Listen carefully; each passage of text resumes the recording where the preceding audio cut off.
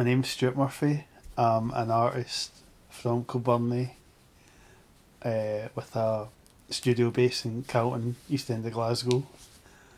Um, I've lived in Kilbirnie most of my life, and I've basically learned about the history of Kilbirnie throughout my life. It's like kind of second nature almost.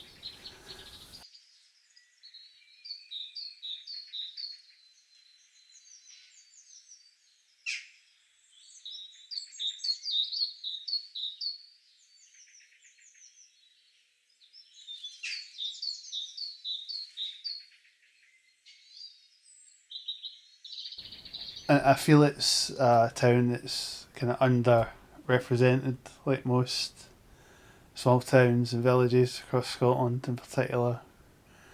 Every town or village is kind of overshadowed by Glasgow in particular, which obviously has its own remarkable social history. But I feel it's always good to put smaller, lesser known towns on the map, because every area has its history, social history, that is forgotten. So, as an artist, I like to use my art as a platform to show these, or document and portray these smaller towns, villages, and their histories and cultures.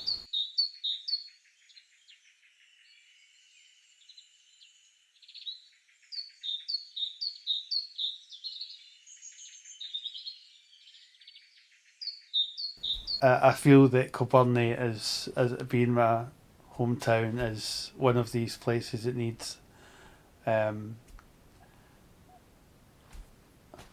a platform to be put on the map.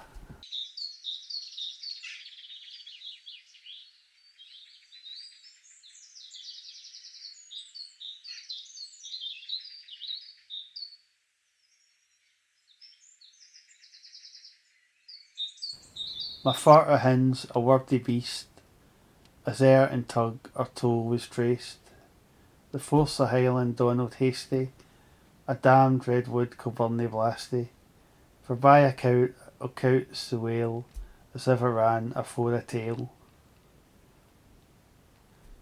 So that was from the inventory by Robert Burns, and this particular part mentions Kilbirnie.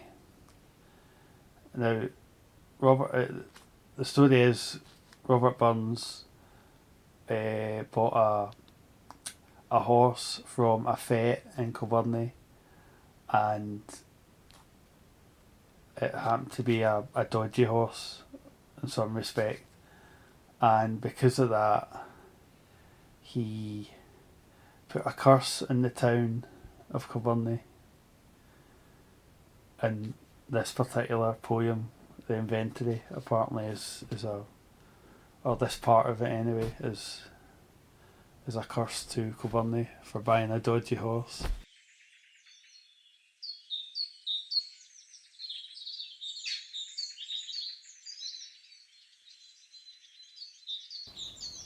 Curse maybe no the right word. Maybe unfortunate. Kind of dismissed, you know.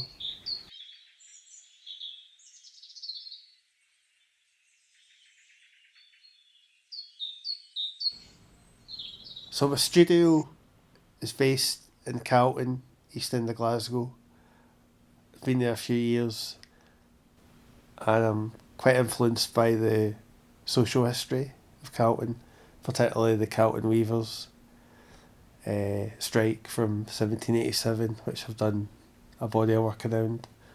I've also been involved with an exhibition I did at the Calton Heritage and Learning Centre, which itself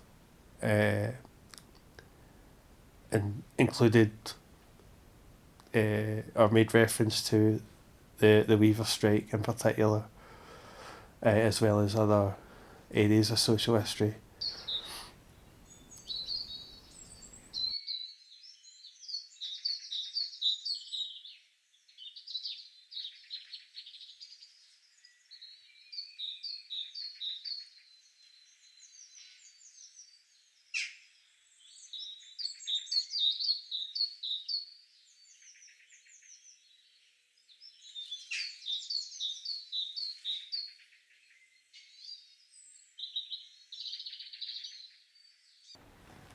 I've done a drawing, a work around these are the blue gowns, which were Scottish beggars, kind of pre-industrial Scotland, and they wore a kind of a blue smock gown, which they were kind of ordered to wear by the government.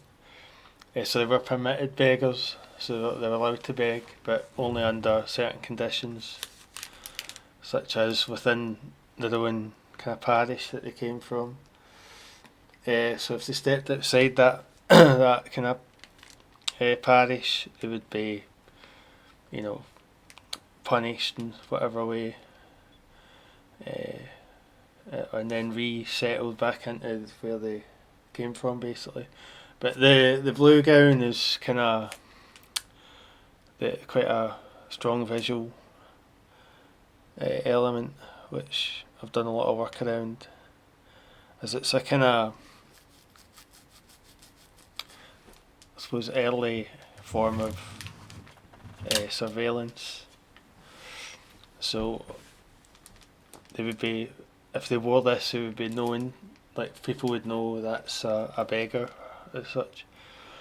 They also would wear a beggar's badge as well, with the name of the town or parish that they were from. Ye dungeons dark and strong, farewell, farewell to ye.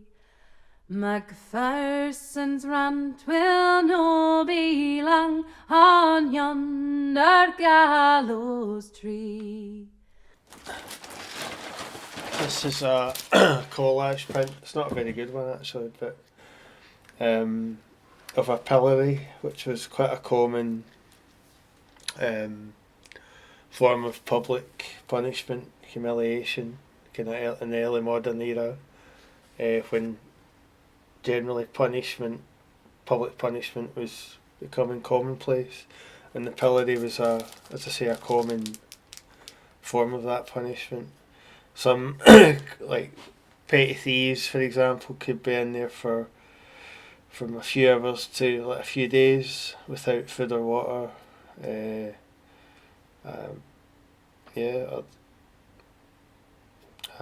so in some cases it could be even more violent, like depending on the crime committed, they could have their ears sliced off and pinned to the pillory structure.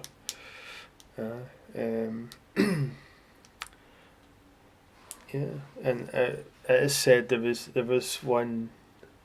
a pillory in pretty much every town and village. There's some come here to see me hang, and some to buy my fiddle. But for that I would part wi' her, I'd brack it through the middle. Say rantonly, say wantonly, say dauntonly gaed he. He's played a tune and he's danced it a round below the gallows tree. This is an image of human branding. So the B in the forehead could stand for beggar or blasphemer. and again, along with the pillory and the stocks and all of that, that was quite a common form of punishment. So you had like B, as I say, B for beggar, and then you had V for vagabond, which that would normally be stamped in the chest, and you would have T for thief, which would normally be stamped in the hand of the accused thief. Oh, little did my mammy think when first she cradled me that I would turn a roving boy and die on the gallows tree. Say randomly, say wantonly, say dauntingly gaed he. He's played a tune and he's danced it a rune below the gallows tree.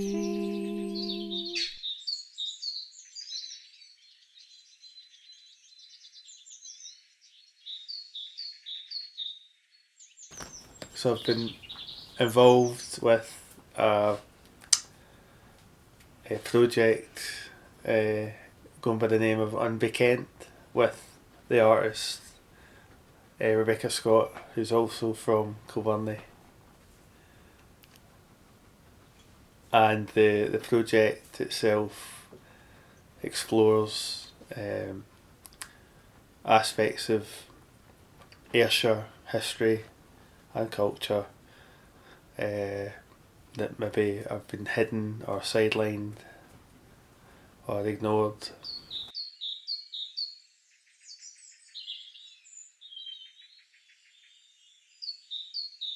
But with the witch trials, that was one area that we had both made Aye. work on, which was quite unusual for us to both be drawn upon the same like subject matter, but in really different ways. As I remember the work that you made with the sort of iconic like, uterus symbolism in the witches, and I thought that was extremely powerful. Yeah.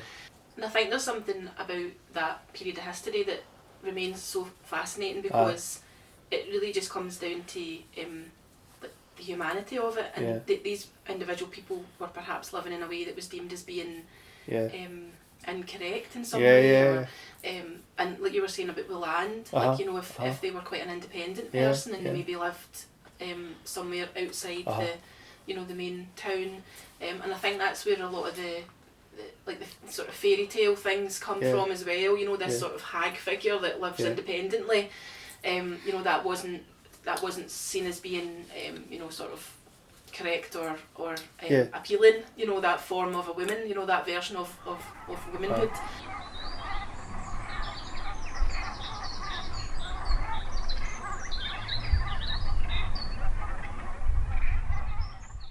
I think it's the strongest work I've made visually, because it gets right to the root of what is believed to be the reason for the witch hunt. So it's, you know, controlling women's bodies, their reproduction rights, all that kind of thing, you know. And I thought the uterus, when you see a diagram of it, it kind of looks, it could be look like almost like a torture device in a way, you know, and that's how women were treated, you know.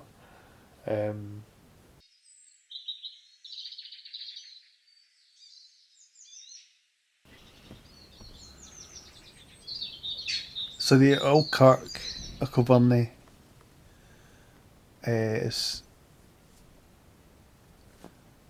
from what I believe, it's actually it's the second oldest church in Scotland, and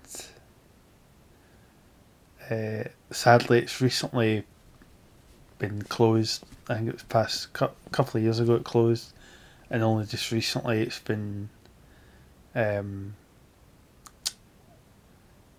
put in them. I think it's been put in the market to be sold as well, which is a shame because it's like an institution, you know, in Kilbirnie. It's like, I would say probably that if it's oldest, second oldest church in Scotland. It's probably the oldest building in Kilbirnie.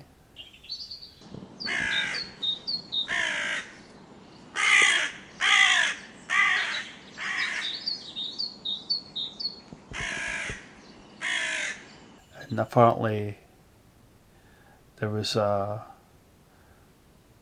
they had what are called jougs attached to one of the walls of the kirk, and jougs are what they would put, well, a form of punishment, quite a common form of punishment in Scotland in particular. And I think pretty much every town or village would have a set of jougs to punish criminals, like a form of public humiliation, shaming.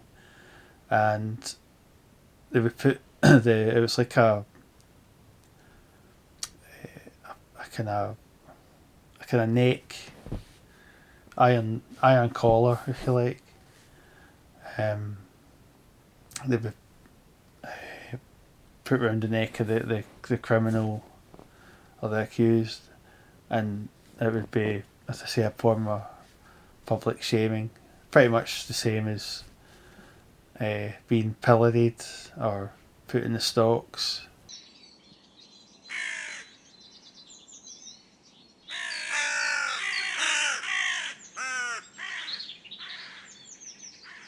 This idea of class solidarity, class consciousness kind of solidified over that period, the kind of what we call the early modern era, between 1500 and 1800 roughly. Because feudalism ended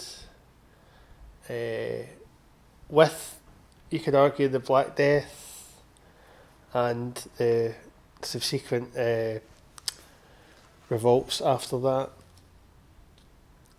And so there was a period of, you could argue, lower class empowerment, but obviously those in the elite powers obviously were in fear of that, so they would do everything to clamp down on that, prohibit lower class mobility, freedom, and so there was this continuous class conflict basically. But that early modern era did see a lot of social turmoil throughout Europe. So you did see a more regular occurrence of revolt. And with that, as I say, you had the increasing enclosure of common land. So it was, peasants who had a common right to use the land for their own subsistence, were basically being that they had the land stolen from under their feet basically by those in power, and then as with the Black Death, there was an increase in vagrancy. So you've seen a lot of, although people were free from the shackles of feudalism, those who survived and their offspring would, although they were in a way free, they were also considered vagrants in a derogatory sense by those in power, because they wanted them to work.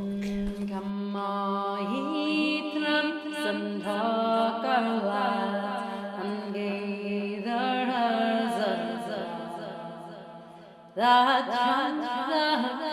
country ring come listen one man,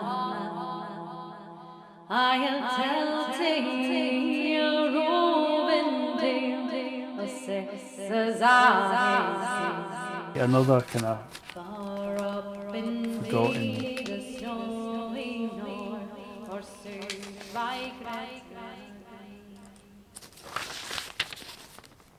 moment, which was the Women's Networkers strike at Knox's Mill in 1913.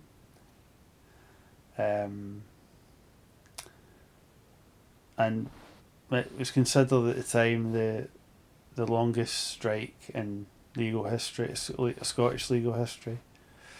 And it was around the time, obviously it kind of predates the suffragette movement by a few years. But it was a time when other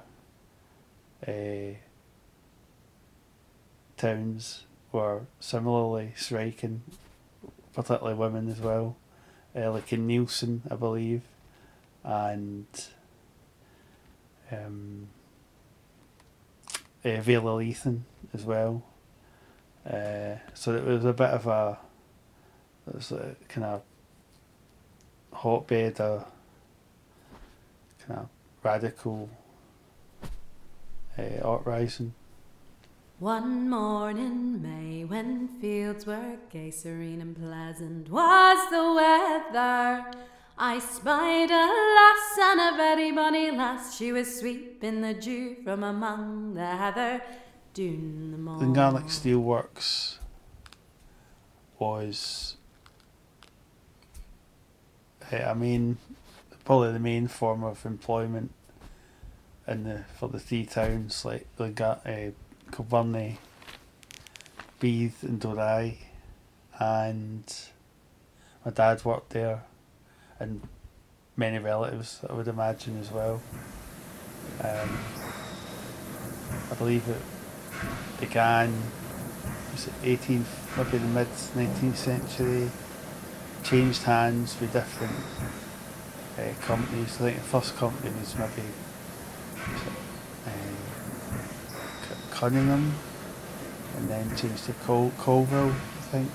Then it was nationalised, then privatised, depending on what government was in at the time. And then coming into the 20th century, it started to kind of get, like, people started to get paid off gradually, and then it just became a smaller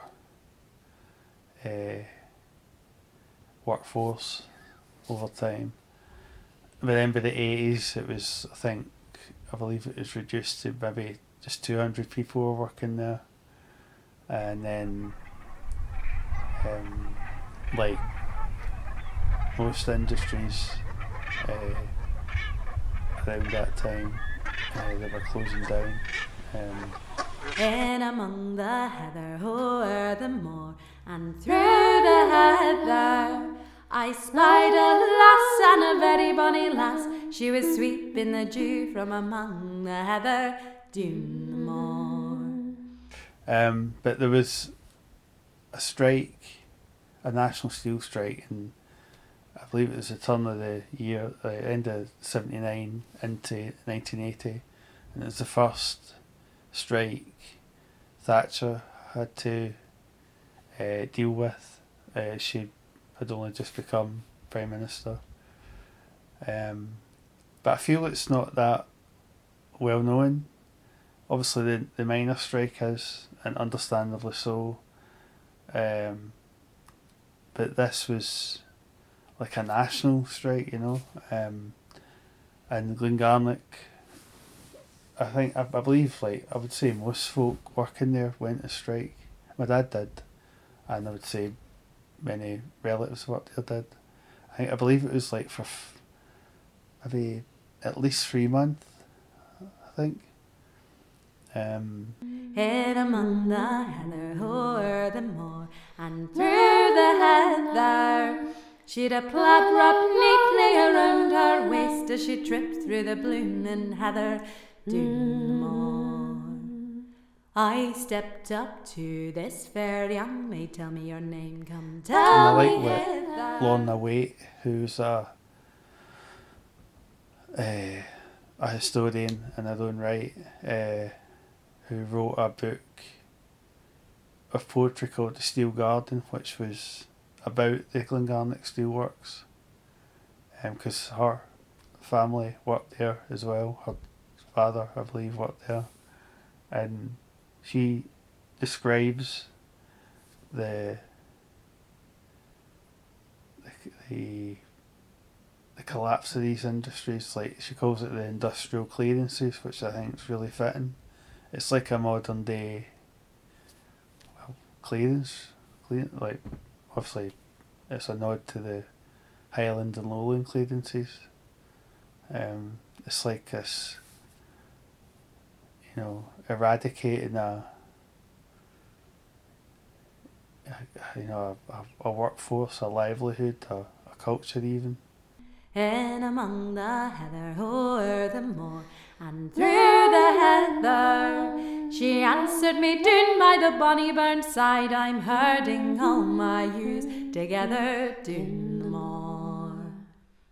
It's taking something that's fairly limited and then as an artist trying to like breathe new life into it in a way and trying to construct this is a person, because that's what you're seeing when you look at your drawings or paintings, is immediately that as a person, I courted her that livelong day, my heart as light as any feather, until the beams of the red setting sun come a shining down in among the heather, down the moor. Cycling down that way, down where Lochshore is, and seeing the old kind of remains of the steelworks, and it just looked kind of like rusty, kind of a great rusty kind of colour, like, and because iron was the main material they used, and it just looked great, and it had all this weird kind of like graffiti on it, like of band names like Metallica and Megadeth. In among the heather o'er the moor and through the heather, until the beams of the red setting sun come a shining down in among the heather, down the moor. She said, young man. Because it's really great to go to places that are historically significant, and we've done that ourselves, as part of the Unpeaked project, and just record something of the place, and I suppose also like just feel the place, and just sort of take that away as well as part of the experience. O'er the moor and through the heather, but time has loth for to part with you, as the bonny wee lambs to part their mother down the moor. So up she got, and away she went. But the way the building was, it was almost like this apocalyptic kind of landscape. Like, really odd, like dystopian, but it looked kind of beautiful at the same time, and it was this, aye. But if I was a king, I would mock her a queen, the bonny wee lass I met in among the heather.